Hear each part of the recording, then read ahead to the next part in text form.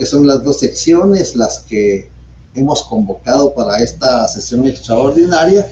Solo vamos a dar unos minutos, les agradezco su comprensión para que podamos dar inicio y que esté la mayoría. Vamos 20, de dos secciones, 20 estudiantes, pues creo que solo hacen una sección, pero vamos a dar unos minutos más todavía. Espero que para mientras ustedes preparen sus preguntas, sus dudas, sus comentarios. Solo les voy a pedir un favor, que no me lean los instrumentos que han realizado, porque eso nos lleva mucho tiempo. He recibido algunos correos que he dado respuesta. Lo que me gustaría que fueran preguntas directas relacionadas con la redacción, relacionadas con los temas, para que podamos aprovechar el tiempo, porque si leemos lo que hemos redactado, creo que eso nos llevaría un poquito más de tiempo.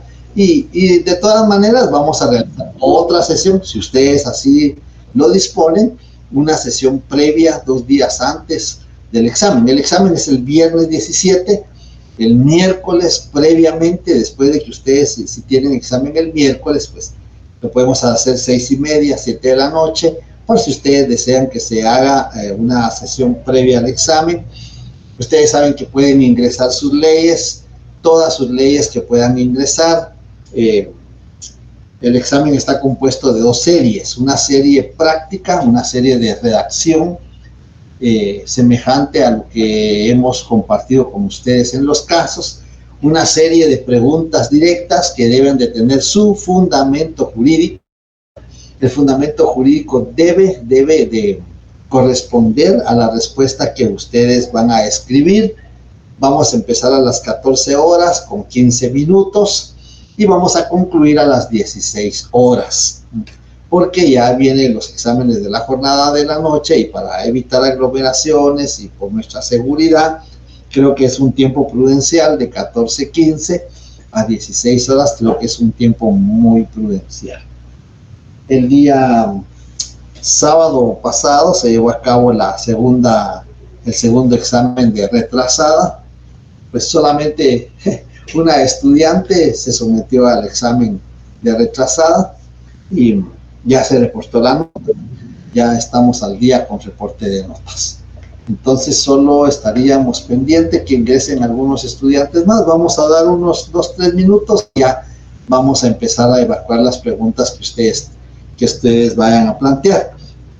Les recomiendo, no vamos a leer lo que ustedes han redactado. Ustedes saben que debe contener su redacción, ustedes tienen los fundamentos jurídicos, solo vamos a responder preguntas directas, por favor. Así es que les agradezco su comprensión en ese aspecto para tratar de aprovechar el tiempo. Vamos a dar unos 2-3 minutos y ya estamos escuchándoles cuáles son sus inquietudes, cuáles son sus dudas.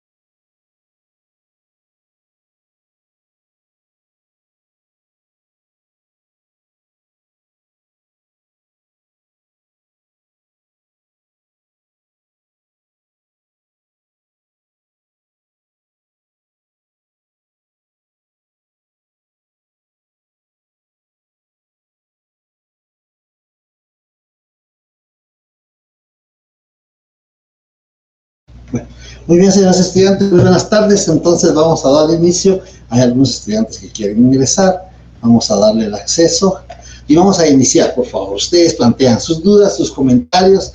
Reitero, no vamos a leer lo que hemos redactado, solo sus comentarios, sus dudas, sus preguntas directas, y entonces relacionadas con los impuestos.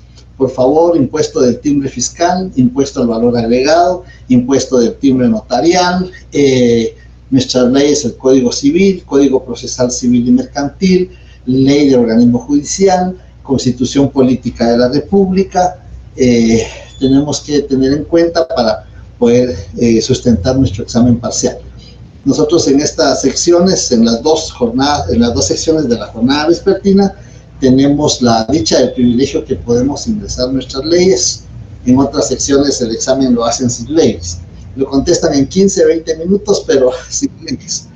Entonces, creo que si no sabemos el fundamento jurídico de lo que estamos contestando, pues en vano nos va a servir que podamos contestar un examen en 15, 30 minutos. Bien, escucho sus preguntas.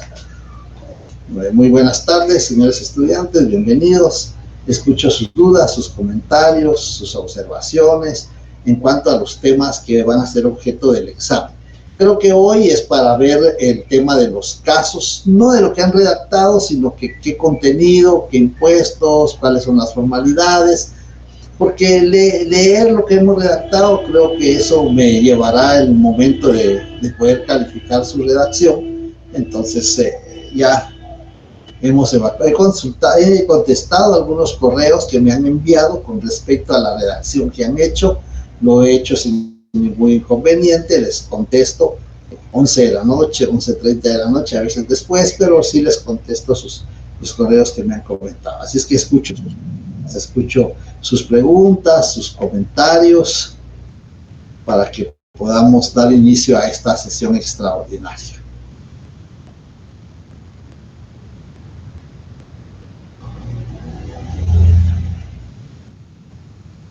A ver, ¿qué dice Valeria? Buenas tardes. Sí, yo tengo dudas con respecto a las representaciones. Muy bien. El día de que tengamos nuestro examen, podremos llevar impresa la hoja del cuadrito que usted nos envió por Classroom. Claro que sí, es la única hoja adicional a sus códigos que vamos a permitir que puedan ingresar a su examen. Ok, también tenía dudas si, por ejemplo, con lo de los aranceles, eso también lo podríamos imprimir y llevarlo porque como en algunos, usted nos decía que ahora también nos van a preguntar sobre el arancel del registro en el que se debe inscribir, entonces para ver si podíamos llevar también impresiones de los aranceles de los registros. Sí, los aranceles los pueden llevar, pueden imprimirlos. Yo les dije desde hace mucho tiempo, entran a la página del registro y ahí pueden ustedes descargar el arancel, el tarifario. En el caso del Registro Nacional de las Personas, ustedes bajan el tarifario o el arancel, lo imprimen, lo pueden ingresar.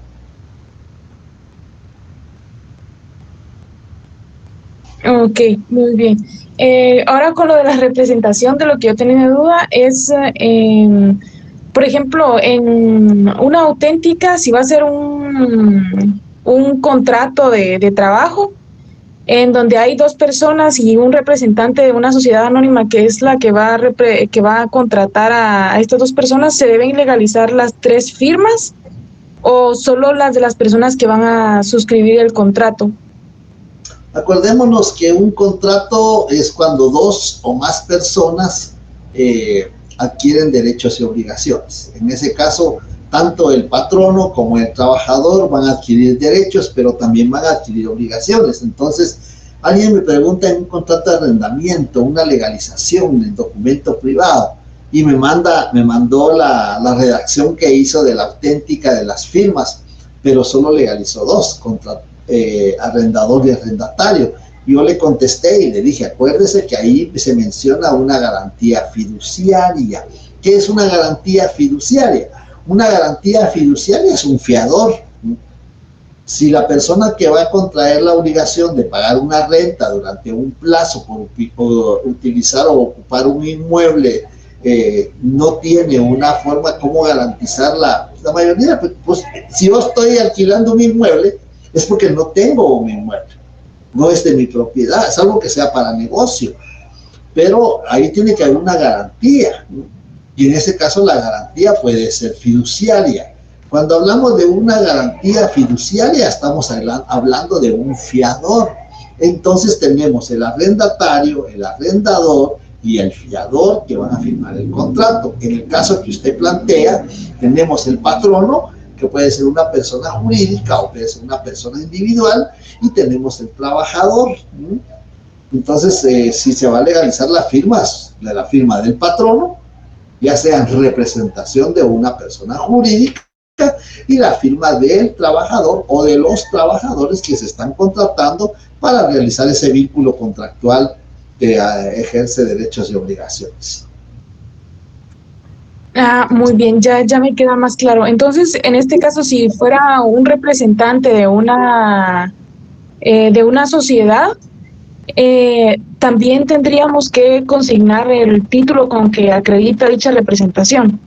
Por supuesto, claro que sí, no obstante que el artículo 57 del Código de Notariado regula que la auténtica no prejuzga sobre la capacidad, sobre la representación o la personería. Pues como notarios sabemos nosotros que quien va a actuar en nombre de una persona jurídica, sea de naturaleza civil o sea de naturaleza mercantil, pues va a tener que actuar en calidad de ¿qué? Si es de naturaleza civil, va a actuar en calidad de naturaleza mercantil, va a actuar en calidad de ¿qué? De gerente, de administrador único, de presidente del Consejo de Administración. Artículo 47, 163 y 164 del Código de Comercio. Entonces, como notarios, como profesionales, como conocedores de la legislación, tenemos que acreditar cómo está actuando esa persona. Tengan cuidado con esto, si es una empresa individual, la empresa individual no tiene representante legal porque la empresa es un bien mueble de conformidad con el Código de Comercio. Lo que tiene la empresa es un propietario. Una silla, un banco, una mesa no tiene representante legal porque de conformidad con el Código de Comercio la empresa es un bien mueble. Lo que tiene es propietario, ¿verdad? Imagínense ustedes, ¿no? La mesa de su hogar no tiene representante, pero sí tiene un propietario, ¿no? Tiene una factura, quien compró el bien, y la factura acredita quién es el propietario. Entonces el Código de Comercio regula que la empresa mercantil es un bien mueble, ¿sí? Porque muchas veces en el examen técnico profesional me dicen, es que el representante legal de la empresa, ¿y la empresa tiene representante? No, lo que tiene es propietario. Entonces sí tenemos que tener en cuenta, aunque la auténtica no prejuzgue sobre la capacidad, sobre la personería, sí tenemos que acreditar como notarios, como conocedores de la legislación, cómo está actuando esa persona, que no está actuando en nombre propio, está actuando en representación de una persona jurídica, sea de carácter o de naturaleza civil o sea de naturaleza mercantil, ¿sí? 47 del Código de Comercio, 163, 164. El examen, las variantes ya están preparadas, 15 variantes que están preparadas para el día 17. Tiene una parte teórico-jurídico donde ustedes tienen que contestar las preguntas con su fundamento jurídico y tiene una parte de 2 casos donde tienen ustedes que redactar. Así es lo que les puedo anticipar. Está bien, muchas gracias, licenciado. Una última pregunta.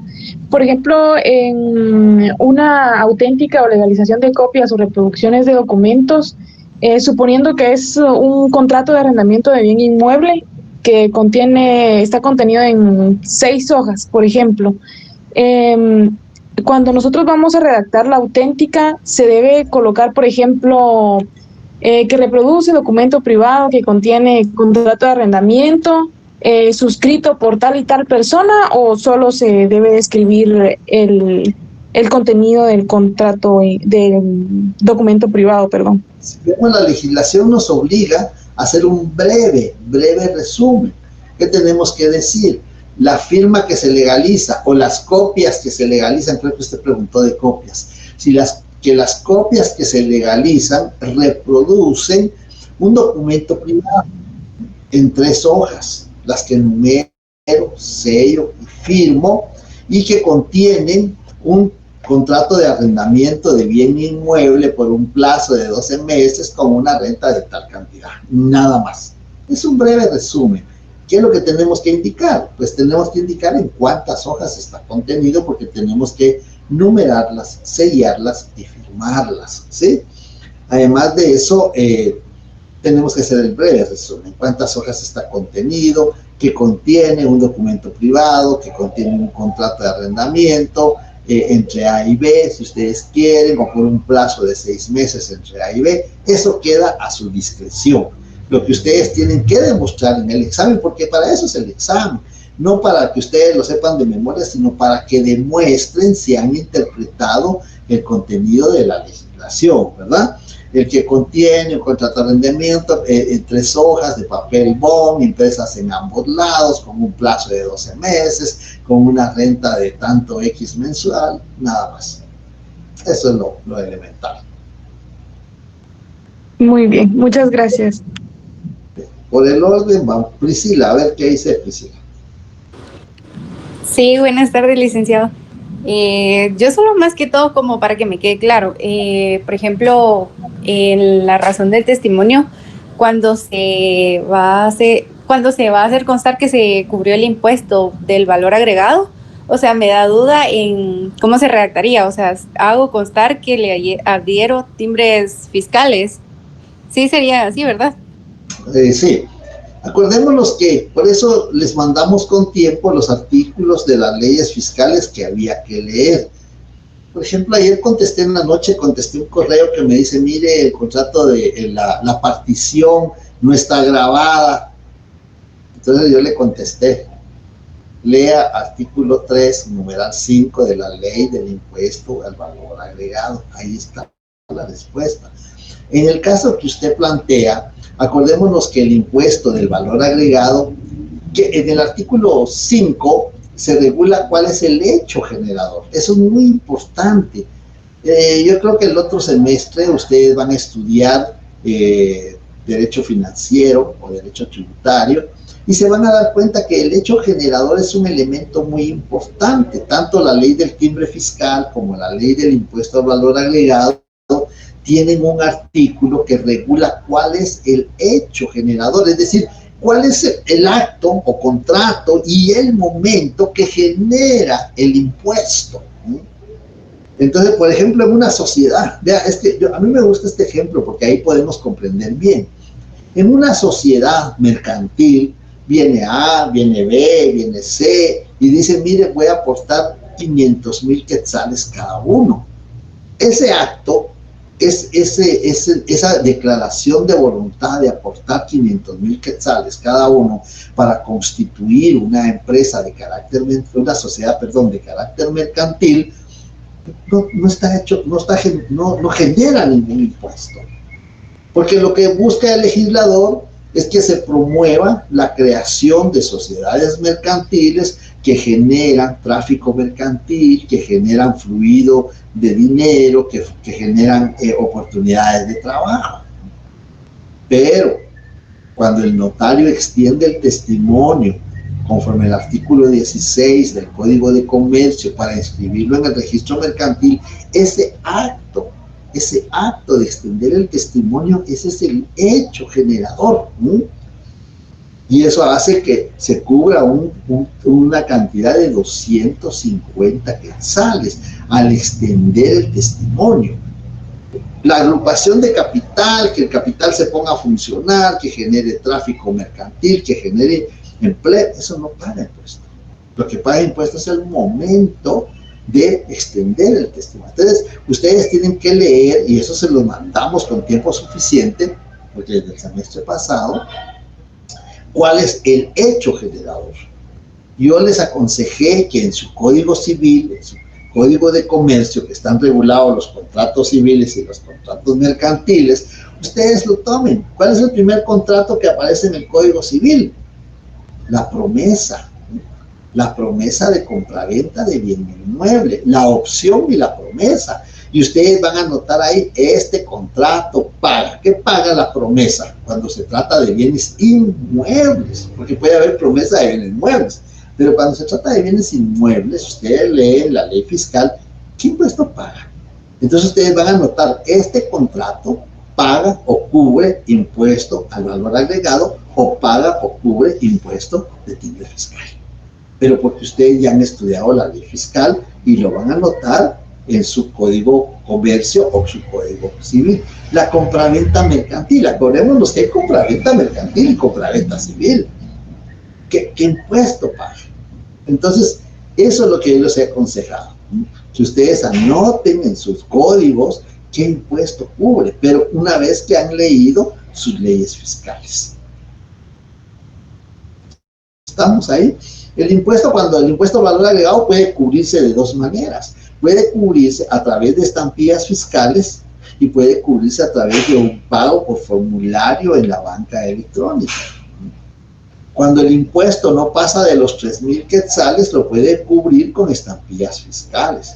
Pero si el impuesto pasa de 3,000 quetzales en 1 centavo en adelante, tiene que pagarlo obligadamente a través de un formulario SAT para poder cubrir el impuesto. Eso está en la ley, esos están los artículos que les mandamos. Sí, no sé si ahí... sí, es que eso sí, o sea, lo entiendo. Yo nada más, o sea, quería, o sea, que sí se puede, o sea, sí sé que obligatoriamente pasando de 3,000 y 1 centavo, o sea, se pagan en formulario, pero por ejemplo, o sea, como la ley establece de que se puede pagar ya sea que en formulario o en estampillas, o sea, de que si hay un impuesto al valor agregado que se, por ejemplo, que es de 2,000, si es, o sea, decisión y voluntad de uno, también puede pagarse por formulario.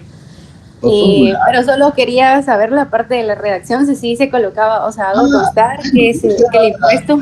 Claro, entonces usted va a decir, es testimonio de la escritura pública número 10 que autoricé en esta ciudad el 5 de septiembre del año en curso, que para entregarle a Juan Pérez extiendo, numero, sello y firmo en 2 hojas. La primera impresa en ambos lados, o la primera impresa en uno solo de sus lados, y la segunda que es la presente.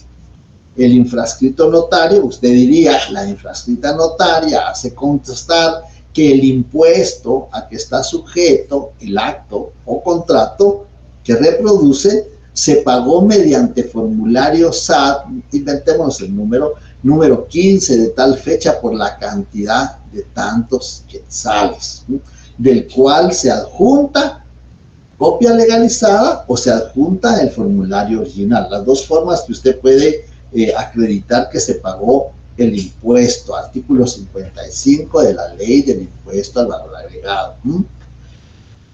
Si lo va a pagar con estampillas, usted va a decir, la infrascrita notaria hace constar que el impuesto de 3,000 quetzales se cubrió mediante 30 estampillas del valor de 100 quetzales cada una, los que llevan los números de tal número a tal número, y los que hacen la cantidad de 3,000 quetzales.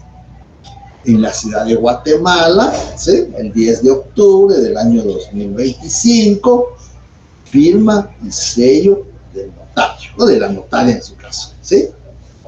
Eso es lo que tenemos que hacer en ambos casos. Ok, sí, bueno, entonces ahí ya me quedó claro. Y otra pregunta, también igual, solo para que me quede así claro. Por ejemplo, yo le hice también un comentario por correo de una donación. Por ejemplo, llega la madre y quiere distribuirle a sus 2 hijas menores un bien inmueble. Entonces ahí también en la redacción hago constar, o sea, que o sea, también tengo que poner que las hijas también comparecieron. No, si son hijas menores de edad, no.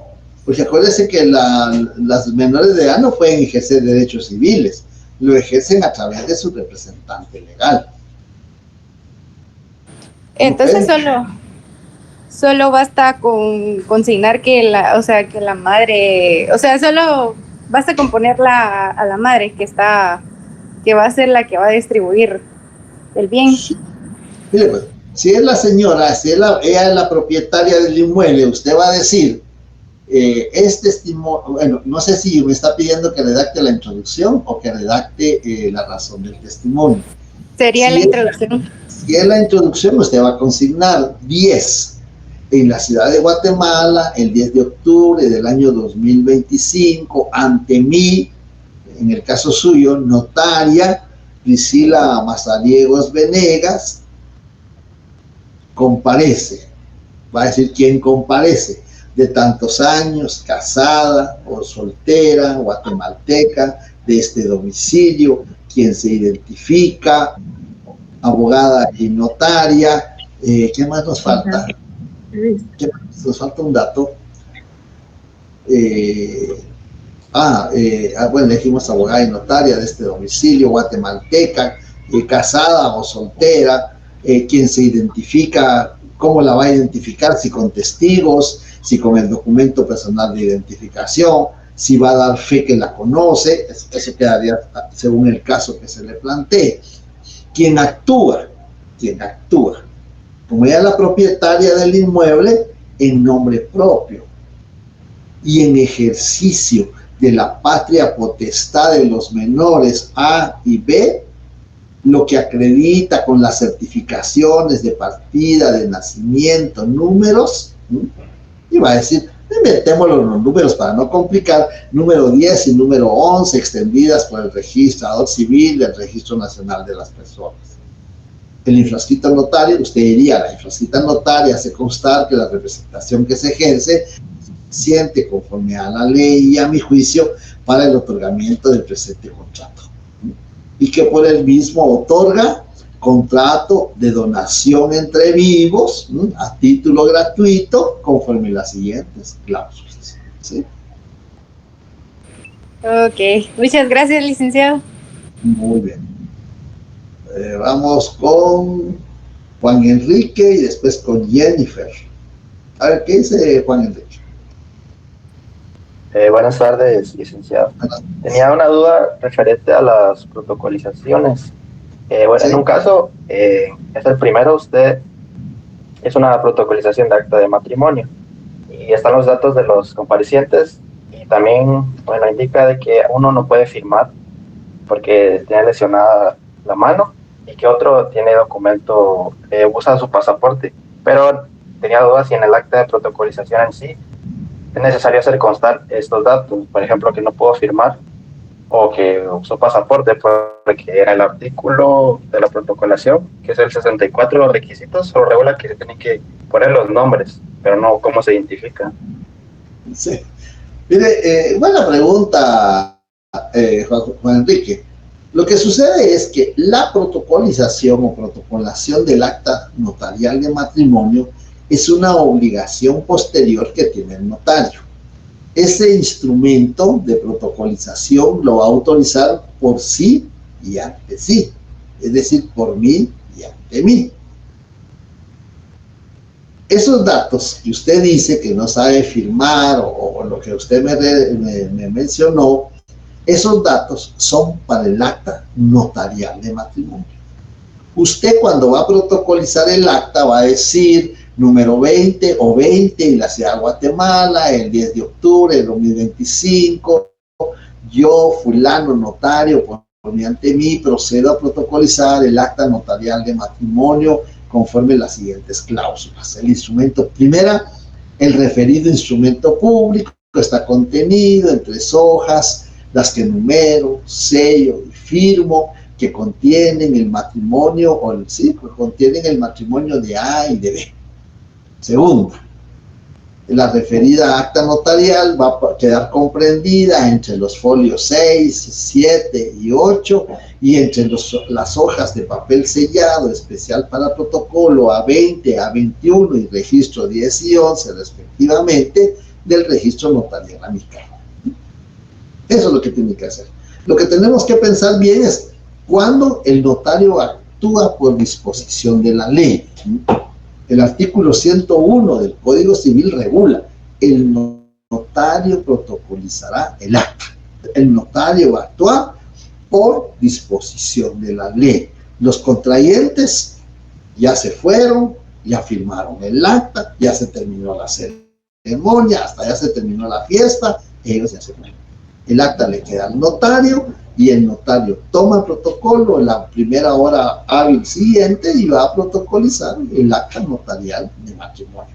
La ley, el 101, no regula en cuánto tiempo debe protocolizarse el acta notarial de matrimonio, pero sí regula que el notario debe protocolizar el acta notarial de matrimonio. ¿Sí? Gracias, licenciado. Tenía otra pregunta, Sí. que es sobre el arancel del registro de la propiedad. Bueno, entiendo que cuando es valor indeterminado, establece aquí la cantidad exacta, pero cuando es valor determinado, bueno, al leerlo no me queda muy bien claro cómo es calcular. No sé si usted podría dar un ejemplo. Desde de valor determinado hay una base. Hasta 10,000 quetzales, ya no hay contrato de 10,000, pero esa es la base. Hasta 10,000 quetzales, 160 quetzales. Pasado de los 10,000 quetzales, supongamos que es de 20,000 quetzales. Es de 20,000 quetzales el contrato, suponiendo una cantidad. Entonces, hasta 10,000 quetzales son 160. Más el 1.5 por cada milla siguiente. Entonces tenemos hasta 10,000 son 160. Más 1.5 por 10, porque son los otros 10 que complementan los 20, lo sumamos 1.5 por 10, más 160, y eso nos va a dar los honorarios que hay que pagar en el registro de la propiedad. Eso es cuando es una compraventa de inmueble. Ahora, si hay un usufructo, si hay una servidumbre, entonces un usufructo va a pagar 50 quetzales más. Y si hay una servidumbre, va a pagar 50, porque la servidumbre implica un predio sirviente y un predio dominante. Entonces va a pagar 50 quetzales más por cada predio sirviente y predio dominante. Pero depende, si en el caso no se le menciona que hay usufructo, que hay servidumbre, entonces no tiene por qué incluir esos 50 quetzales más. Solo hasta 10,000 quetzales, 160 quetzales. De pasado de 10,000 quetzales, 1.5% del resto. Ahí en el arancel está más o menos cómo se describe. Muchas gracias, licenciado. Le escucho, ya no sé si hay otra pregunta, Enrique. No, solo eso, solamente gracias. Le escucho, Jennifer. Buenas noches, licenciado. Sí, mi duda es referente a uno de los ejercicios con respecto a la protocolación, que la venta le hace en dólares, en la cantidad de $20,000. Mi pregunta es, a la hora de colocar esto en el testimonio y en el cálculo de los impuestos, tanto fiscal como notarial, ¿lo tengo que calcular en dólares o debo convertir la cantidad a quetzales? ¿Lo debo convertir? Sí. Okay. Y en el testimonio también iría que es en quetzales, ¿verdad? Y obviamente se paga por formulario. Sí, correcto. Se paga por formulario. Solo esa era mi duda, licenciada, entonces estaba bien con lo que estaba pensando, gracias. Sí, está bien lo que está pensando, muy bien. A ver, José, ¿qué dice José? Buenas tardes, licenciado, ¿me escucha? Sí, lo escucho, José. Disculpe, fíjese que yo el día de que lo antier le mandé un correo sobre un caso de protocolización para que lo revisara. Sí, era más que todo de ya solo dudas sobre estas formas que ustedes están planteando. Sí, más que todo porque eran de una protocolización de aportaciones dinerarias y no dinerarias de una sociedad anónima. Entonces yo quería ver si lo había redactado bien. Traté de basarme en la ley y, por ejemplo, empecé con ante mí, porque en este caso no es un documento que por disposición de la ley que hay que protocolizar. Ya, ¿por qué no es por disposición de la ley? Yo pienso, licenciado, es que No. Mira que el artículo 65 mencionaba que era por cláusula de protocolización, pero yo no sabía cómo empezar desde ahí. Pero no Por eso es es que ese tenía mucha duda. el que tiene que fundamentarse. Recuérdese que lo hemos mencionado en clase. Sí, Usted el tiene que 63. fundamentarse en el 27 del Código de Comercio, no en el 60. Y claro, el 65 le sirve desde el punto de vista notarial. Pero acuérdese que para el ejercicio de la función notarial debemos de integrar la norma jurídica. Tiene que integrar el artículo 27 del Código de Comercio y tiene que integrar el artículo 65 del Código Notariado para poder redactar el caso que se le plantea. En este caso sí sería por mí ante mí. Pues lea el 27, ¿qué le regula el 27? ¿Qué es lo que...? Es que vea, la idea de estos casos es que usted los razone, que los piense, que los ubique en la ley, porque cuando su cliente llega a la oficina, su cliente le va a plantear, si usted va a ejercer en forma liberal, va a tener su oficina, el cliente le va a plantear a usted qué es lo que necesita. Él no le va a decir a usted qué es lo que quiere, es usted el que tiene que decirle. ¿Y cómo le va a decir? Porque usted conoce la ley. Se va a ir usted, en este caso, al artículo 27, va a leer el artículo 27 y entonces ahí va a deducir usted cómo va a redactar esa protocolización. Es que de eso se trata. Se trata no de darles el pescado, sino que de darles la varita para que ustedes vayan con su análisis, con su razonamiento, busquen el precepto jurídico, y eso yo lo he citado en clase, es decir, no los estoy tirando al agua sin orientarlos, yo les he dicho en clase, y ese ejemplo lo mencionamos en clase, y es más, creo que yo les subí la presentación de las protocolizaciones. Si no la subí, o se la subo inmediatamente, pero ahí dice las formas, cómo se puede protocolizar un documento público-privado, por instrumento de protocolización y por cláusula de protocolización. El artículo 65 del Código Notariado nos da la pauta cuándo procede la cláusula de protocolización. Usted lee el 65 y lee el 27 del Código de Comercio, y entonces va a encontrar usted la indexación de la legislación. Bueno, voy a estudiar un poco eso, licenciado, y no, un poco no. Le voy a enviar otro correo.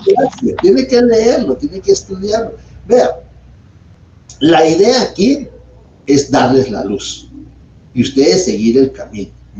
Yo no los puedo llevar de la mano en el camino porque sus clientes le van a presentar el problema. Sus clientes son los que le van a presentar sus problemas. Y sus clientes le van a pagar por eso. Porque usted tiene derecho a honorarios y le van a pagar por eso. Pero entonces usted el que tiene que leer, tiene que interpretar, tiene que aplicar la legislación.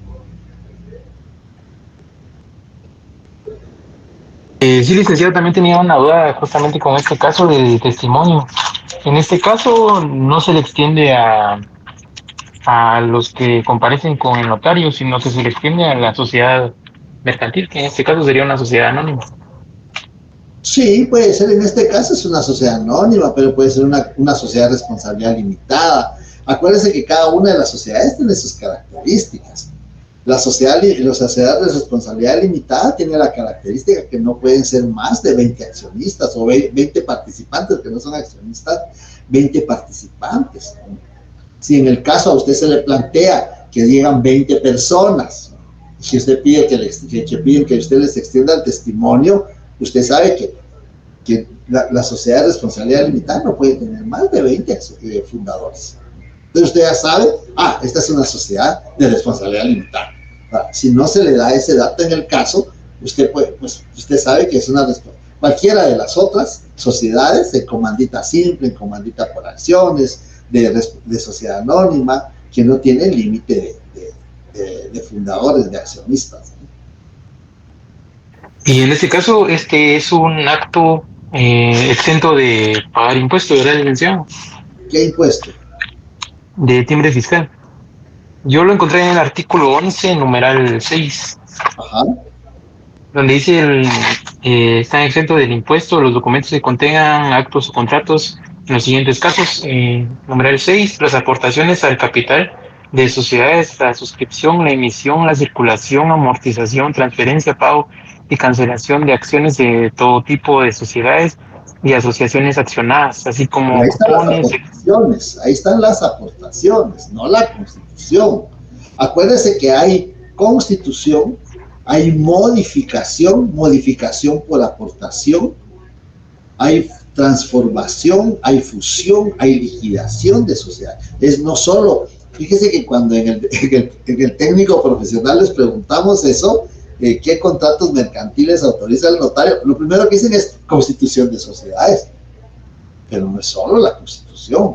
Si usted lee el artículo 16, va a encontrar constitución, fusión, transformación, liquidación, la otra es transformación, son 5 transformaciones de sociedades.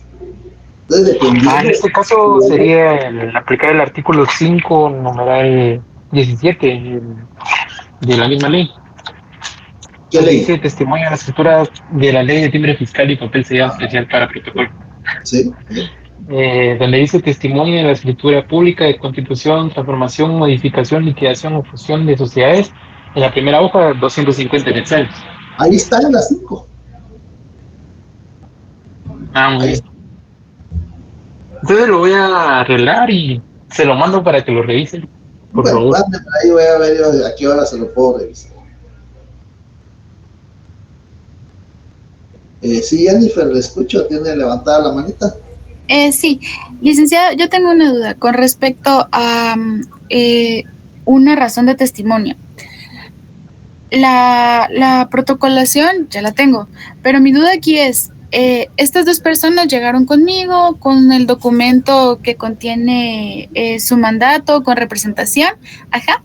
Entonces, a la hora de yo extender mi razón de testimonio, se la tengo que extender una a cada uno de las personas que llegan. ¿Puedo hacerlo en el mismo testimonio? Ok, licenciado. Porque ahí, si usted vea, lo que pasa es que aquí tenemos que concatenar nuestros conocimientos de procesal civil. Porque yo creo que en ese caso se menciona que van a actuar, van a ser mandatarios en forma conjunta, en forma separada, uno hoy, otro mañana, en forma indistinta. Entonces, ¿a quién le van a entregar el testimonio? Pues se lo vamos a entregar a los 2, y que para entregarles a A y a B, porque cualquiera de los 2 puede comparecer, o pueden comparecer los 2 juntos en una demanda o en un contrato, pueden comparecer los 2 o puede comparecer uno. Por ejemplo, en la compraventa de un inmueble puede comparecer uno, pero si hay necesidad de ampliar, de modificar esa compraventa, puede comparecer el otro. Por eso se dice van a actuar en forma conjunta, separada o indistintamente. Entonces, ¿a quién le va a extender usted el testimonio? A los 2. Yo no puedo ir hoy, mira, aquí está el testimonio, anda tú, o anda vos, o ande, vaya usted. ¿Sí? Sí, licenciado, ya me quedo. Eso me imagino que lo han visto en procesal civil, cómo se puede actuar.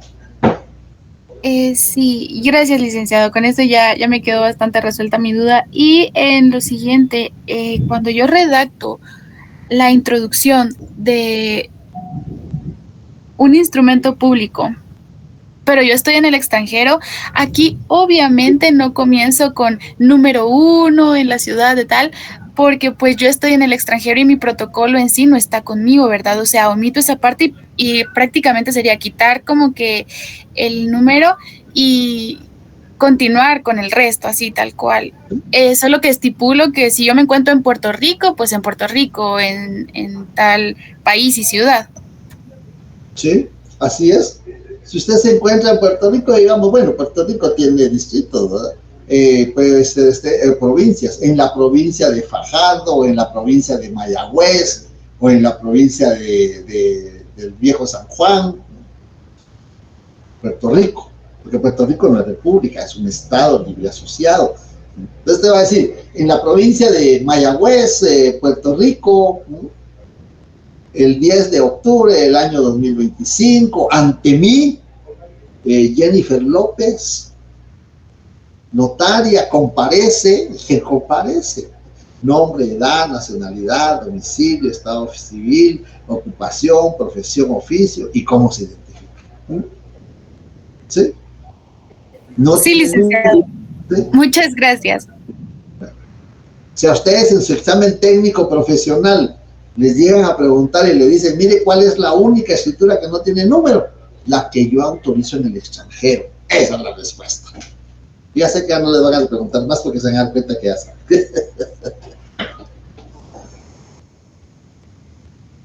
¿Alguna otra pregunta?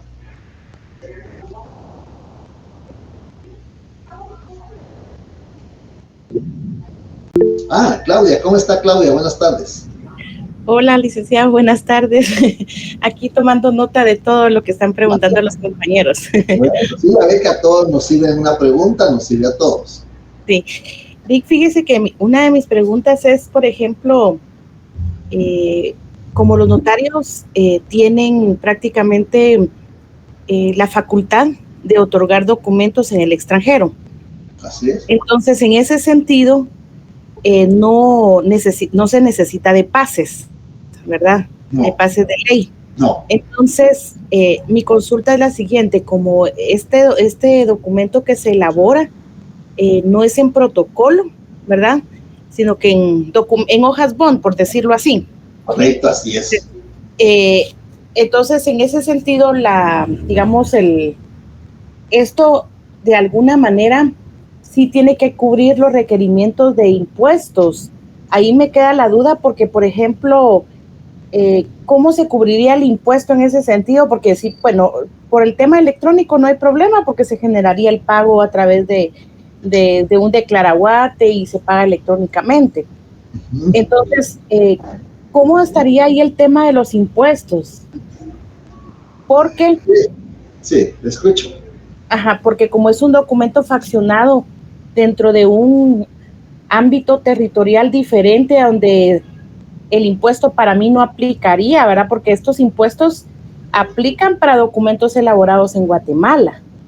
Uh-huh. Pero si se está elaborando en otro país, ese impuesto pues no aplica, pero no sé. Mira, pues, yo estoy en la facultad hoy en la tarde, aproveché para actualizar mis leyes, compré una serie de leyes, porque digo, bueno, hay que actualizar las leyes son cambiantes, y para darle respuesta a su pregunta, vamos a ir a la ley del timbre fiscal, el Código Procesal Civil, con otro Código Procesal Penal, que ya creo que ha estado viejito el mío, la ley del impuesto al valor agregado, pero veamos la ley del timbre fiscal y especial para protocolo. Vamos a ver en el artículo 2. Yo por eso les mandé los artículos. Dice, artículo 2. Los documentos afectos. Están afectos los documentos que contengan los actos y contratos siguientes. Numeral 2. Los documentos otorgados en el extranjero que hayan de surtir efectos en el país, al tiempo de ser protocolizados. Eso quiere decir, si usted como notaria está en cualquier lugar del mundo, autoriza un instrumento público que va a surtir efectos en Guatemala, cuando ese documento viene, ya sea porque usted lo traiga o ya sea porque usted lo envió con alguna persona o en algún medio de transporte, cuando viene el documento se tiene que protocolizar. En ese momento se va a pagar el impuesto que le corresponde. Y entonces ahora aplicamos el artículo 38 de la ley del organismo judicial. Miren, es como hay que concatenar los artículos. El artículo 38 de la ley del organismo judicial, 37, para que sean admisibles los documentos provenientes del extranjero que deban de surtir efectos en Guatemala, deben ser legalizados por el Ministerio de Relaciones Exteriores. Esto no procede porque usted es notaria guatemalteca, no procede. Luego, en el siguiente párrafo, en el 38, además de los requisitos indicados en el artículo anterior, los poderes o mandatos, así como los documentos que proceda a inscribir en los registros públicos, deberán ser protocolizados ante notario y las autoridades actuarán con base de los respectivos testimonios, los cuales serán extendidos en papel en papel simple, dando fe el notario que el impuesto respectivo se ha cubierto en el documento original. Viene el documento del extranjero, como usted es notaria guatemalteca, no necesita apostilla, no necesita pases de ley, pero para protocolizarlo, para introducirlo entre su registro notarial, debe de pagar el impuesto en el documento original. ¿Cómo vamos a pagar el impuesto en el documento original? Pues a través de estampillas fiscales. Ahí se rompe la regla, si son más de 3,000 quetzales, tenemos que pagarlo por timbres fiscales, por estampillas, porque se debe de adherir al documento original.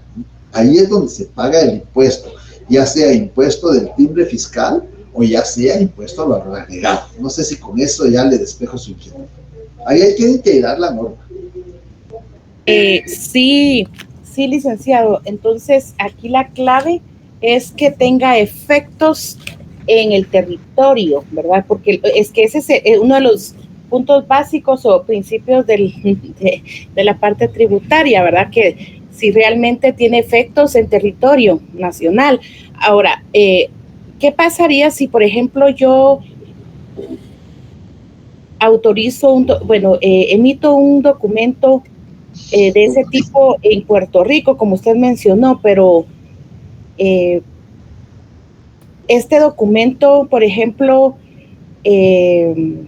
lo necesitan acá en Guatemala y entonces el país donde yo estoy, como hay que mandarlo, ¿verdad? Si se envía, en ese caso, licenciado, entonces no se necesita pases de ley porque la facultad de notaria me autoriza, por decirlo así, mandarlo como en automático. Ahora, ¿qué pasa si estoy en un país que, por ejemplo, yo es que no sé, se me ocurre que si es un país donde sí necesito pases de ley? Sea un país que necesite o no necesite, usted como notaria guatemalteca no necesita. Okay. Los pases de ley y la apostilla se aplican cuando el documento es extendido por un notario extranjero.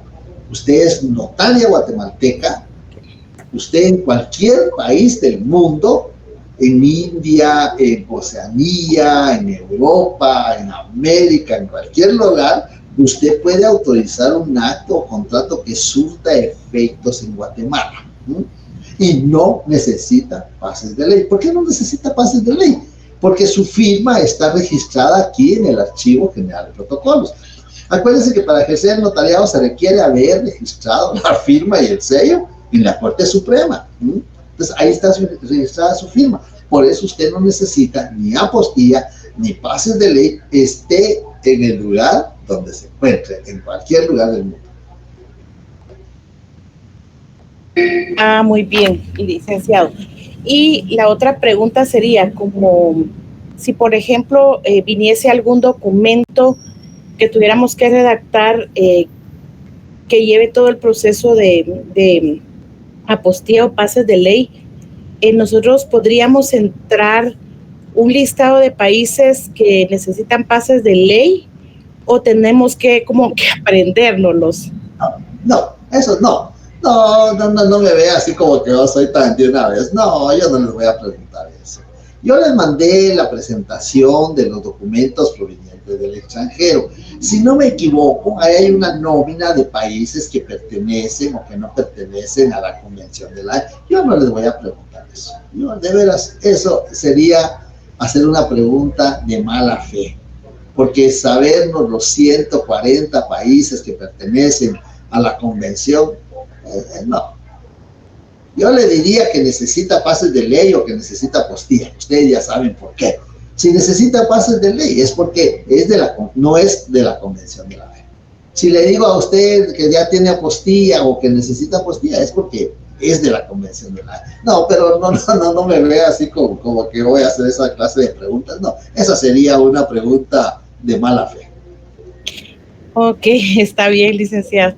Entonces, sí, bueno, entonces, básicamente esas eran mis preguntas. Ahorita estoy revisando algunas cosas y si más adelantito me surge, yo le pregunto. Usted tiene el derecho de preguntar ahí las veces que quiera. Gracias, licenciado, muy amable. Si alguien más tiene dudas, tiene comentarios, porque de esto se trata esto. Yo ya no voy a repetir, ya no voy a exponer, solo voy a escuchar sus comentarios o sus dudas, así como las han planteado, y yo con mucho gusto se las voy a responder. A ver qué dice Leonel Noriega. ¿Qué tal, licenciado? Muy buenas tardes. Bien, yo tenía una pregunta. La cláusula de protocolización, cuando dentro del mismo instrumento, dentro de la misma escritura, se hace una sola cláusula para decir que los siguientes documentos son también parte del protocolo. Bueno, acordémonos que la protocolo. Ajá, dígame. Sí, la cláusula de protocolización, ¿cuándo procede la cláusula de protocolización? De conformidad con el artículo 65 del Código de Notariado, la cláusula de protocolización procede cuando el documento tiene íntima relación con el acto o con el contrato que contiene. Y las personas pueden solicitar que se protocolice. Por ejemplo, en un contrato de compraventa de fracción de bien inmueble. Para autorizar el contrato de compraventa de fracción de bien inmueble, debemos de asistirnos de un experto, de un ingeniero civil, de un arquitecto, de un ingeniero agrónomo, 1131 del Código Civil, cualquiera de los tres profesionales. Ellos nos van a extender el plano.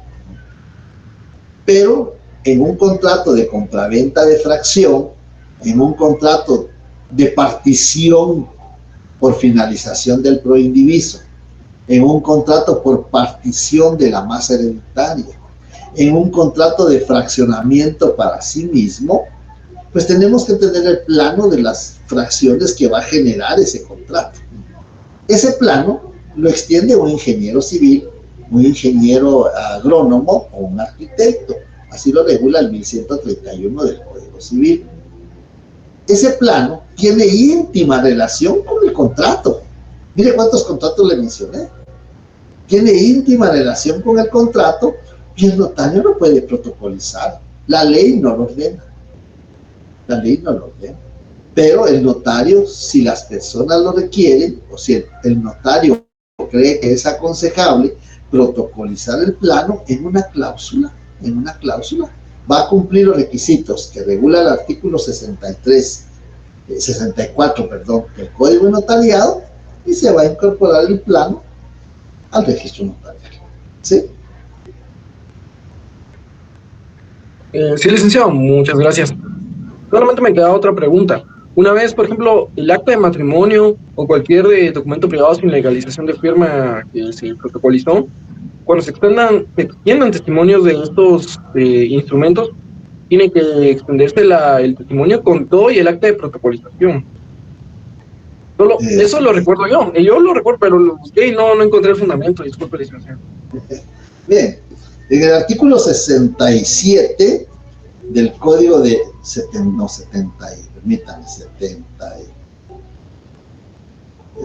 y algo.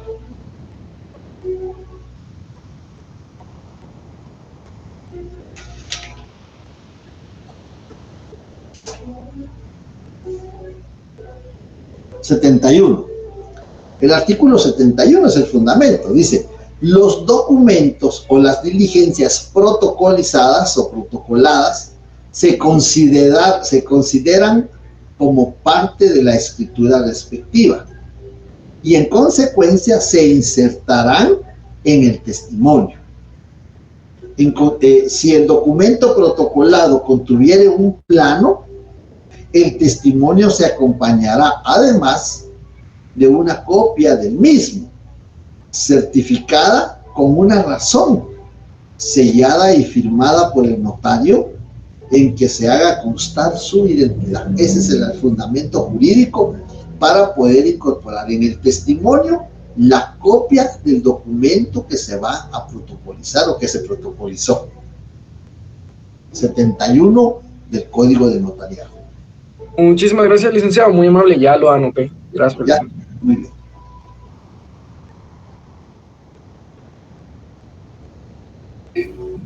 Licenciado, perdone, con una consulta aprovechando este tema de la protocolación. Claro. Fíjese que me surge una duda, por ejemplo, lo que se hace es protocolar prácticamente, por decirlo así, documentos accesorios, ¿verdad? A lo que es la escritura. Entonces, como por ejemplo, este plano, en ese caso, en el plano, los datos del plano se razonan dentro de la misma, del mismo testimonio, o se le hace otro razonamiento aparte, en un documento aparte al plano. ¿Se refiere a la razón que yo mencioné en ese artículo 71? Ajá, sí. Acordémonos cuáles son las partes del testimonio. Las partes del testimonio son dos. La parte que reproduce el instrumento público, que puede ser escritura matriz, o en este caso va a ser el acta de protocolación, lo que va a reproducir la primera parte, y la segunda parte es la razón. Cuando usted dice, es testimonio del instrumento público, número tal, que para entregar a fulano, sutano, ¿sí? Esa es la razón. Pero en este caso, usted va a adjuntar solo cuando se trata de planos, esa razón. Usted va a adjuntar la copia que reproduce el instrumento público, la copia del plano y la razón del testimonio. En la copia del plano usted va a sentar una razón. Usted va a escribir: la infrascrita notaria certifica la autenticidad de esta copia con su original, su firma y su sello, y ahí se terminó. Es una razón muy pequeña, porque en el artículo solo menciona que el notario va a razonar la identidad con el original. Entonces, en la infrascrita notaria certifica la identidad de esta copia con su original, su firma y su sello, nada más. Eso es lo que va a razonar usted.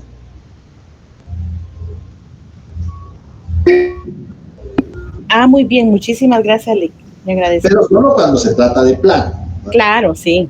De acuerdo.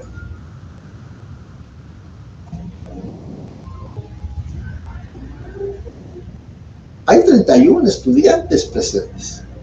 Los que preguntan son muy pocos y casi son los mismos. A mí no me molesta que sean los mismos y no me molesta que sean pocos, pero la idea es que participen todos, que todos manifiesten sus dudas, sus comentarios, y que después no digan que yo soy el culpable de los resultados de los exámenes, porque yo he puesto todo mi empeño, les he contestado sus correos, inclusive no sé si van a querer que previo al examen todavía hagamos una extraordinaria. Ahora, si ustedes dicen que no y que solo van a preparar su examen, pues qué bueno, pero eso es porque esa ha sido la costumbre, tal vez no la costumbre, la intención, todos los años, y todos los semestres. Antes del examen, 2 días antes, siempre practicamos una sesión extraordinaria, siempre y cuando ustedes estén de acuerdo, porque miren el horario, ¿verdad? Siempre y cuando ustedes estén de acuerdo, practicamos una sesión extraordinaria donde ustedes plantean sus dudas. Pero lo importante es que todos participen. A ver qué dice, vamos a ver. Por el orden, Valeria y después Claudia. Escucho. Sí, licenciado. Tengo duda con la legalización o auténtica de firma. Por ejemplo, si es un abogado el que va a presentar por ejemplo, desistimiento total ante un juzgado X, entonces yo tenía duda acá con, por ejemplo, si el abogado prestó sus servicios profesionales a una sociedad y él hace su propio escrito inicial. En este caso, cuando nosotros redactamos la legalización de firma, usted nos explicaba en clase, ¿verdad? Que no podíamos colocar que la firma que antecede, sino que teníamos que colocar la firma que antecede a la del auxilio, ¿verdad? Sí. Mi duda surge a razón de que, por ejemplo, si él es un abogado y él mismo actúa en su propio auxilio, entonces, ¿cómo? O sea, ¿sí podría él hacer ese escrito inicial actuando en su propio auxilio y ahí ya no se colocaría la firma que antecede la del auxilio, o cómo podría ser ahí? Y la felicito, qué buena pregunta, no me imaginé que me iban a preguntar eso. Sí, acordémonos que nosotros como abogados podemos actuar en nombre propio, en mi propio auxilio. Entonces no voy a necesitar auxilio de un abogado.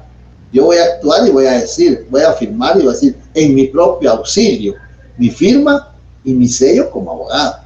Claro, por supuesto. Ahí usted ya no va a decir que la firma que antecede a la del auxilio. Ahí va a decir usted que la firma que antecede es auténtica, porque es la firma del abogado que está actuando en su propio auxilio. Ahí tiene usted toda la razón.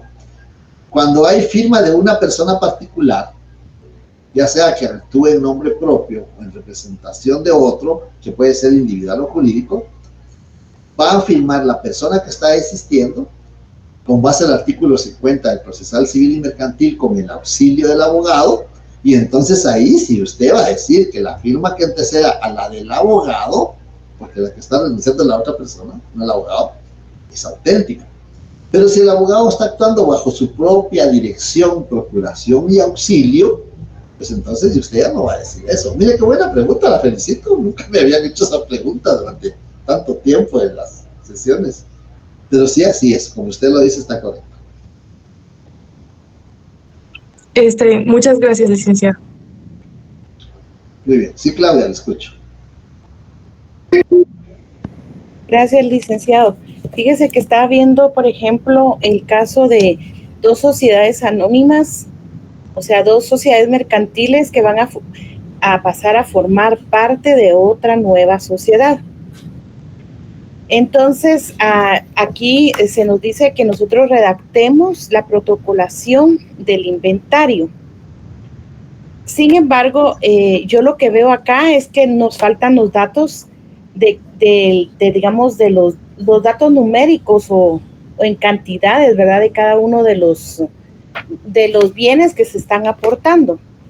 Entonces, en ese sentido, recuerdo que usted dijo que nosotros podríamos colocarle ciertos valores, ¿verdad? Pero como en este caso es una introducción de una protocolación de inventario, entonces nosotros aquí de alguna manera no vamos a necesitar digamos, el dato numérico, pero es que ahí es donde me confunde, porque realmente en la introducción no sería necesario colocar, digamos, el detalle con valores, pero como es un inventario y como es una introducción la que usted nos está solicitando, eso debería de ir ya dentro de las cláusulas, ¿verdad? Así es, correcto. Y aunque yo les pidiera la cláusula, no tendrían que preocuparse de los valores, porque los valores van en el acta. Ustedes solo tendrían que decir que se procede a protocolizar el acta notarial que contiene el inventario de las aportaciones no dinerarias, la que fue autorizada por tal notario, que está contenido en tales hojas, y en dónde fue autorizada en la ciudad de Guatemala con tal fecha. Eso es lo que tendrían que mencionar, no tendrían que entrar a mencionar valores. Muy bien. Entonces, ahí en la introducción, prácticamente solo tendríamos que mencionar, como estamos hablando de dos sociedades mercantiles, entonces quienes la representan, pues sabemos que pueden ser su representante legal, pueden ser presidente del consejo de administración o el administrador único. Entonces, a ellos serían los comparecientes, ¿verdad? Sí, en este caso. Sí. Muy bien. Y en ese caso, entonces, obviamente pues también hay que calificar las representaciones de cada uno. Las dos. La infracita notaria hace constar que las representaciones que se ejercen son suficientes de conformidad con la ley y a mi juicio para el presente acto. Sencillo. Excelente. ¿Sí? Está bien. Muchísimas gracias, Lick. Muy bien.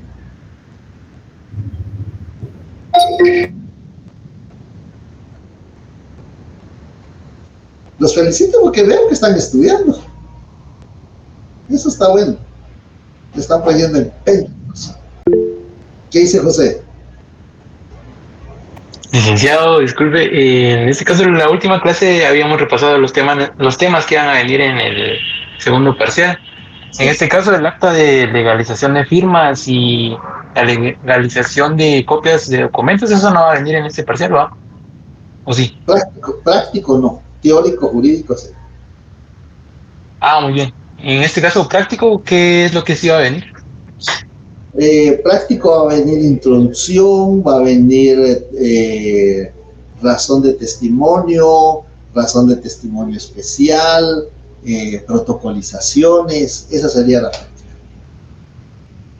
Muy bien, licenciado. Y tal vez nos podría venir, en este caso, estaba revisando la ley del organismo judicial y en el artículo 40 dice una obligación notarial, que es extender un aviso al Archivo General de Protocolos dentro de los plazos de 10 días de cada protocolización que hagan de acuerdo con la ley. ¿Esto podría venir, licenciado? Pues sí, porque eso es teórico jurídico. Ah, pero redactado así práctico no. No, práctico no. Lo vamos a dejar junto con las actas notariales para el final de las auténticas, ¿no? Ah, muy bien, gracias, licenciado.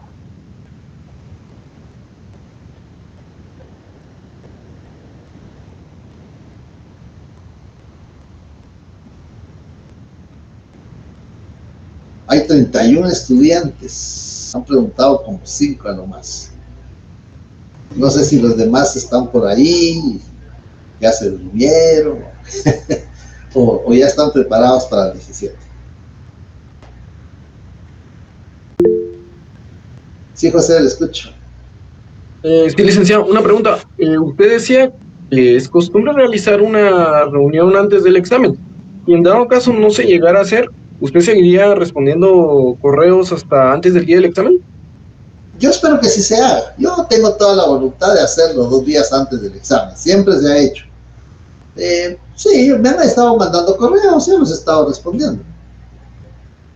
Ok, no habría fecha límite para hacerle consultas por esos medios. Yo pienso que hasta 2 días antes del examen. Ya 2 días después, el miércoles sería el 15.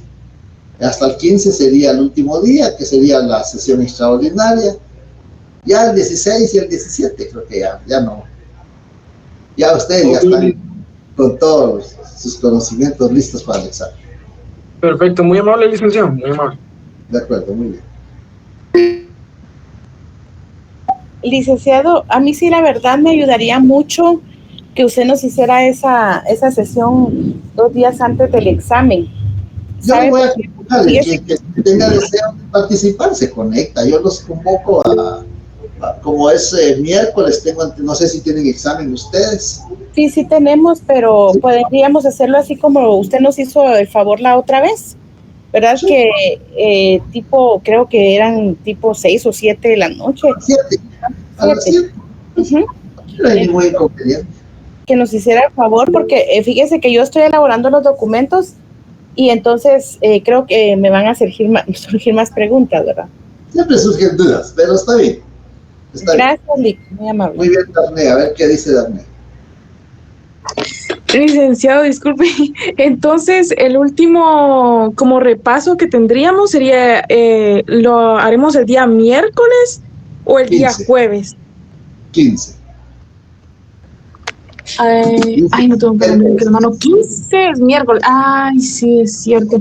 ¿A qué hora sería? A las 7. A las 7 en punto iniciaría usted. Examen, si ustedes tienen examen, como son presenciales, no sé cuánto tiempo necesiten para desplazarse de la facultad para el lugar donde van a recibir la sesión, pues puede ser a las 7, o lo más tarde tal vez 7:30. Por mí no hay inconveniente. Sí, bueno, no sé, yo quería ver la posibilidad si podía hacer la sesión el día jueves, pero así como por ejemplo bueno, que hay compañeros que trabajan, ¿verdad? Entonces, pero sí, no sé si podría hacer el día jueves, porque sí, por ejemplo, la vez pasada que usted hizo un repaso, como yo vivo un poquito lejos, entonces ya vine como a las 8, ya había pasado casi una hora desde que había iniciado el repaso.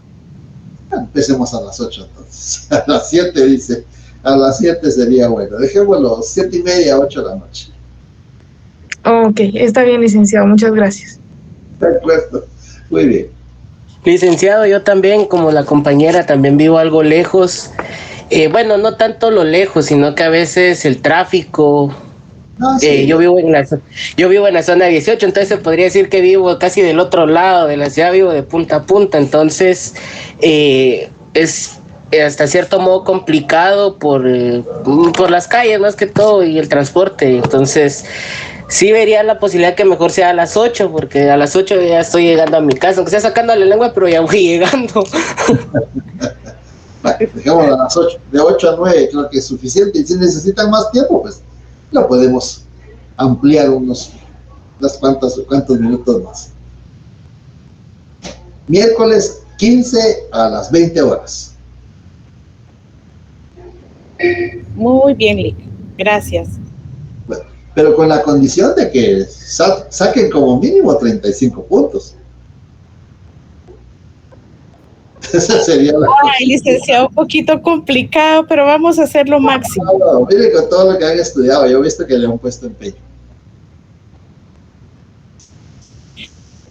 No nos ponga casos muy difíciles, Lick. Usted no le puede decir a su cliente no me traiga casos difíciles. Ah, pero es que ahí ya va a ser otra cosa porque ya vamos a estar cobrando. Ah, ya ve. Qué bueno. Tampoco a su examinador de privado no le va a decir, mire, no me pregunte difícil. Ay, Lick, no sea así. Lick, pero mire una pregunta. De verdad, en serio, nos puso 2 documentos, solo uno nos hubiera colocado. Son 40 puntos. ¿Y cuánto vale cada redacción? 10, 20 y 20 de preguntas doctrinarias o también sí, de las leyes. De la ley. Todas las respuestas tienen que tener fundamento jurídico. Hoy no hay respuesta que no tenga fundamento. Ah, bueno. Lick, ¿cuántas preguntas van a hacer? 10. ¿De a 2 puntos cada una? 20, sí. Ah, ok. 20, son 40. Sí, pues. Está bien. ¿Estamos? Gracias. Bueno, sí. Está bien. Pues. Entonces empecemos a la 1, Lick. No, porque nuestro horario está en la jornada matutina todavía, saliendo. No, a la 1:30, pues. ¿Cuánto vamos a empezar? A ver qué dice Priscila y después Dafne. Notario, buenas noches. Solo una consultita. Por ejemplo, en el testimonio especial, no es necesario en la redacción colocar que se paga impuesto de, por ejemplo, depende, ¿verdad? Si es de valor determinado e indeterminado. Por ejemplo, timbre notarial de 10 quetzales y también lo del timbre fiscal de 50 centavos. Mira pues. Le voy a adelantar algo. Dice, redacte la razón del testimonio especial. Ahí se le plantea el caso y dice, redacte la razón del testimonio especial. Usted va a redactar este testimonio especial de la escritura número 5, que autoricé en esta ciudad el 20 de octubre del año en curso, y que para remitirle al señor director del Archivo General de Protocolos, extiendo, numero, sello y firmo en 2 hojas. La primera de fotocopia y la segunda que es la presente. En la ciudad de Guatemala, el 10 de octubre del año 2025, su firma y su sello. Abajo usted va a decir, timbre notarial, ¿cuánto? Timbre fiscal, 50 centavos por hoja. ¿Ya que está regalado? Okay. Porque ahí no tenemos Ahí no tenemos que indicar cómo pagamos el impuesto. Eso solo lo exige la ley del timbre fiscal y papel sellado especial para protocolo en el artículo 14 de la ley del timbre, ¿no? La ley del timbre notarial no exige, ¿no? Entonces no tenemos que decir, ¿no? ¿Te parece? Está regalado. Lick, ahora Gracias. denos el chivito de qué documentos nos va a poner en el examen. No sé, mire como cuántas variantes son. Entonces, hay Ay, varias. no sea así, Lick. Pero mire, pero eso, los casos vienen de los similares a los casos que nos dieron para practicar. Parecidos. Ah, ok. Sí, Va a pues, cambiar. pero no viene, sí, pues, pero no, pero la naturaleza o digamos el fondo o la esencia viene de estos que nos dieron. Sí. Ah, muy bien. O sea, no nos vamos a encontrar con la sorpresa de que sea alguno que no esté ahí. Pero usted lleva sus leyes. Ay, Lick, no sea así. Bueno. Muy bien. A ver, ¿qué dice Valeria? Escucho, Valeria. Dafne, Valeria. Sí, sí, licenciado. Atendiendo a la sorpresa que tenemos ahorita de que van a ser, ¿cuántas? 10 preguntas, ¿verdad? Y Sí. 2 ejercicios de redacción, entonces... Así examino yo desde el semestre pasado. Eso no es sorpresa. Ay, sí, pero el semestre pasado lo teníamos que redactar. Solo eran 10 preguntas nada más. Bueno, atendiendo al contenido del examen. Permítame un segundito, por favor.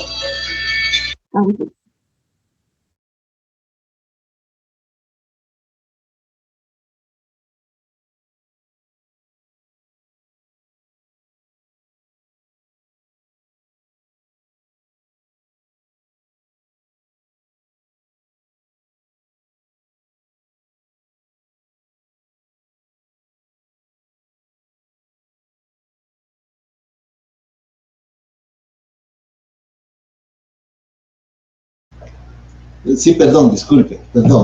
No suelo hacer esto, pero... Entonces, disculpe, Dante. Sí, le decía que como usted nos decía, ¿verdad? Que el examen va a iniciar a las 2:15, para ver si lo podíamos hacer como el semestre pasado, de tener por lo menos unos 15 minutos más de ventaja e iniciar el examen a las 2 en punto. No, tal vez lo podemos terminar 10 minutos más tarde, a las 4:10. Ah, bueno, entonces sí, ahí estaríamos Sí, bien. Solamente. Sí podemos. Lo que pasa es que a veces se vuelve complicado con los estudiantes de la noche. Ya hace mucho tiempo tuvimos que seleccionó una estudiante de la tarde porque los estudiantes de la noche entran abruptamente y se juntan cuando salen nuestros estudiantes de la vespertina. Y hubo un pequeño incidente y pues resultó lesionada una estudiante en toda esa aglomeración. Entonces, a partir de eso, en lo personal, yo he tratado de evitar que nos juntemos con los estudiantes de la noche por seguridad de ustedes. Pues también, bueno, yo me quedo hasta el final que salgan todos, pero por seguridad de ustedes, para que no haya ningún inconveniente, porque fue muy lamentable hace algunos años. Sí se lesionó una estudiante de la noche y tuvieron pues que solicitar asistencia médica. Entonces, mejor para eso, mejor tratamos de hacer ese horario, ¿sí?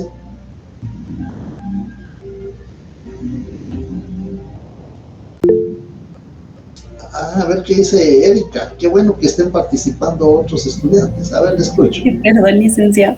Tenemos una clase asignada, o sea, ¿en qué clase vamos a realizar el parcial?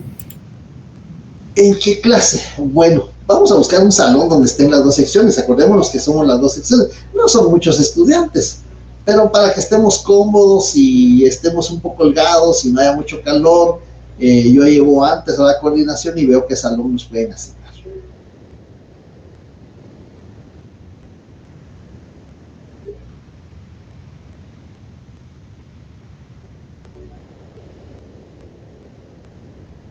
Si no hay más dudas, no hay más comentarios, a seguir estudiando y nos vemos el 15, el miércoles 15 para seguir evacuando sus consultas, sus comentarios. Y si tienen alguna duda, me la pueden mandar por correo. He contestado algunas, aunque sea un poquito cerca de la medianoche, pero ahí estoy contestando sus inquietudes. Con la condición que por lo menos me van a sacar 30. Yo me siento muy feliz porque ya tenía muchos años de no tener las notas que he tenido en este semestre. Me he sentido muy contento, muy satisfecho, inclusive lo hemos comentado con los notarios que me acompañan y también me dicen, mire, nos sorprendemos que ahora hemos tenido buenas notas. Antes llegábamos como a 25, 24, lo más alto, pero ahora pues hemos rebasado ese. El sábado pasado fue la retrasada, una estudiante se examinó, le digo yo, la valiente que se vino a examinar una estudiante, y me dice, y le digo, mire cuánto vi su examen, lo califiqué, necesitaba 24 puntos, mire, de su estudio, del producto de su esfuerzo, 27 puntos. De que sí se puede hacer, se puede hacer. Lo que pasa es que tenemos que ponerle P.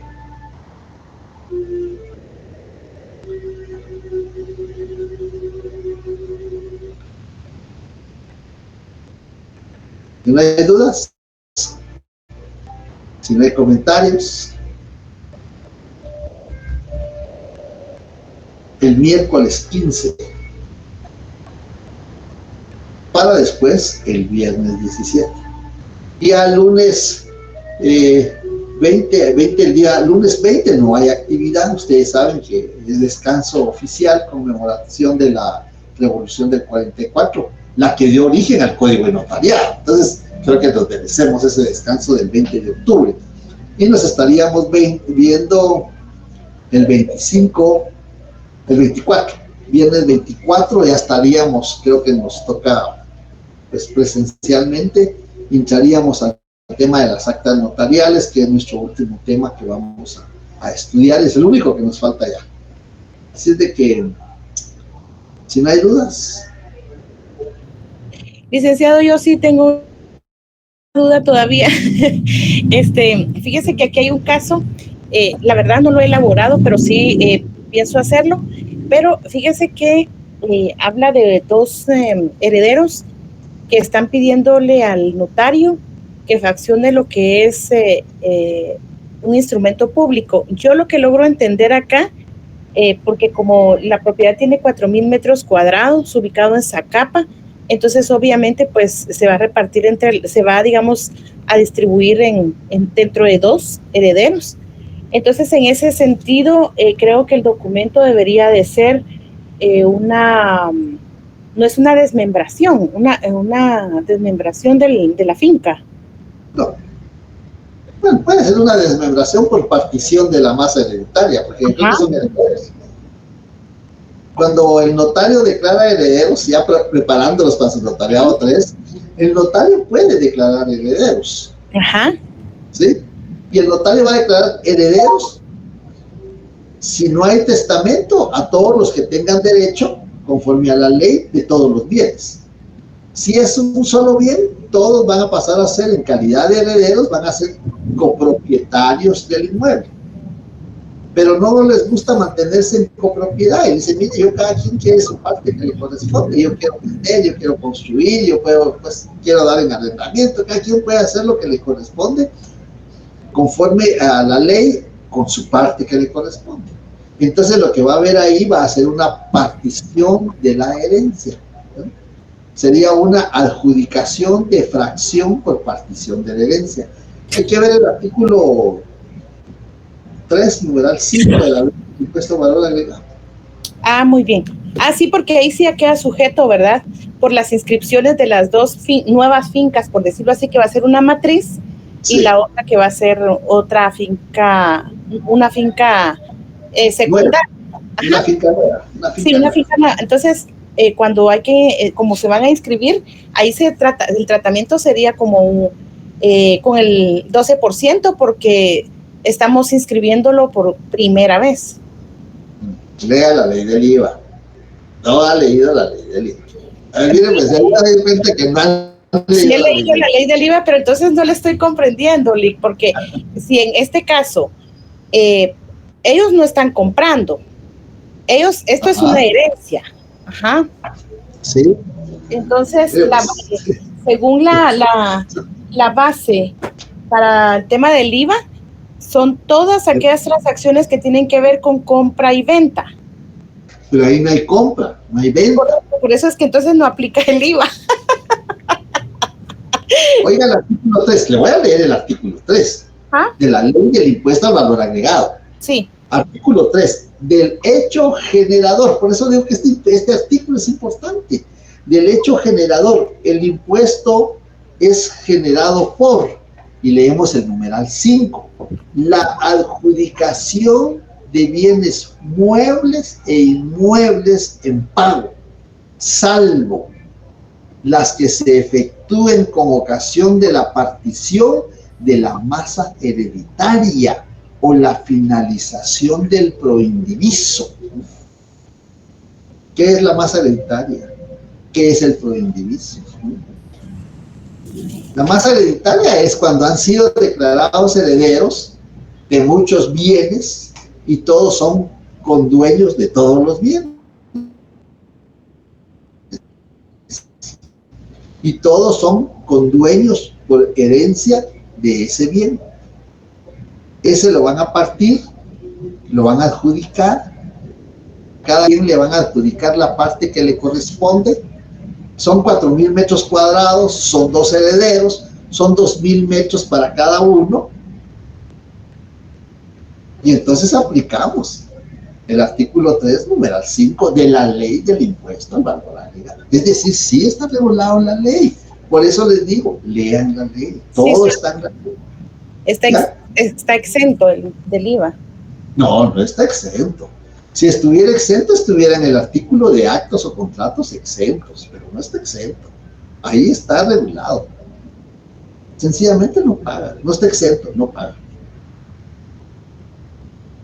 ¿Sí? Es que vea, es que por eso les digo, para estudiar el derecho hay que ver la etimología y la semántica. La etimología es el origen de las palabras, la semántica es el significado de las palabras. Licenciado, pero entonces una pregunta ya me surge esa duda. ¿Cuál es la diferencia entonces entre estar exento y el no pagarlo, como usted lo menciona? Los que están exentos están regulados en el artículo 7 de las exenciones generales. En el artículo 7 están regulados qué actos, qué contratos están exentos, ¿sí? Quiere decir que sí pagan, pero si reúnan ciertas circunstancias especiales, no pagan. La compraventa de bien inmueble, la primera compraventa de bien inmueble, ¿paga impuesto al valor agregado? Sí. Pero si reúne ciertas circunstancias que están reguladas en el artículo 7, no paga. Paga 3%, ajá. ¿Sí? No paga IVA, pero paga otro impuesto que es el no paga, es que no puede haber otro impuesto. No hay doble tributación. En el caso de una segunda compra, ya no aplica la ley del IVA, sino aplica la ley de timbre. Correcto, ahí está. Bien, sí, porque como usted bien dice, no puede existir doble tributación, ¿verdad? Claro, por supuesto. Ok. Gracias, Lick, muy amable. Sí, hay que leer la ley, por favor. Mira, no podemos ser abogados, no podemos ser notarios, si no leemos. Yo hoy que fui a la facultad natal compré mis leyes, tengo unas en la oficina, tengo unas aquí en mi casa, y tengo hasta algunas las tengo en el carro, que a veces me pongo a leerlas en los semáforos. Que no es correcto, pero aprovecho ahí. Pero hay que leer la ley, por favor. Miren, el secreto de esto, estudiar la ley, estudiar. Ese es el secreto de esto. Y no solo me estoy refiriendo al curso cuando digo esto, me estoy refiriendo al ejercicio de la profesión. Bien, si no hay más dudas, si no hay más comentarios, si no han leído las leyes fiscales, todavía estamos a tiempo, ¿no? Estamos a tiempo, ¿sí? Yo, como les digo, aquí somos un equipo. Aquí somos un equipo. Tenemos que prepararnos, que formarnos para poder ejercer bien nuestra profesión. Los felicito, los admiro porque muchos ya se fueron. Si se dan cuenta, muchos se fueron. De las 2 secciones que empezaron 150, 160 en enero o febrero del año de este año, ahorita hay 60. Y ahorita en la sesión hay 25, porque ya se fueron algunos, vi que ya se retiraron. Entonces, sigamos adelante, pues, si no hay más dudas.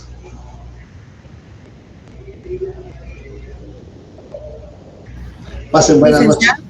Sí, ¿qué manda? A ver qué dice, quién me habla. Yo, Melanie. Lick, fíjese que yo le estaba enviando mis correos, solo me falta uno de las auténticas, pero no sé si se lo puedo mandar más tarde. He contestado los correos que he visto, yo reviso. Ajá, sí. Casi a medianoche me pongo a ver y los he contestado. Sí, solo falta el de la auténtica, que comenté que con Claudita estamos trabajando, ¿verdad? Entonces, para podérselo enviar, que lo estamos trabajando en compu, y ya solo se los vamos, para que usted no lo revise, ya se lo estamos pasando a mano. Bueno, en lo que yo pueda, yo les atiendo sus dudas. Gracias, está bien, Lick. Pase feliz noche. Pasen buena noche, que estén bien. Qué bueno que hoy no llovió, estamos exentos de la lluvia por lo menos. No del tráfico, pero sí. El tráfico terrible. Sí, demasiado. Sí. Bueno, gracias, Lick. Entonces, no, al menos exentos de la lluvia y no de los impuestos, Lick.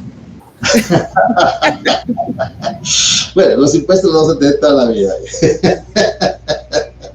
De la muerte y de los impuestos no estamos exentos, Lick. Deber del ciudadano pagar sus impuestos. Dice, ¿quiere NIT?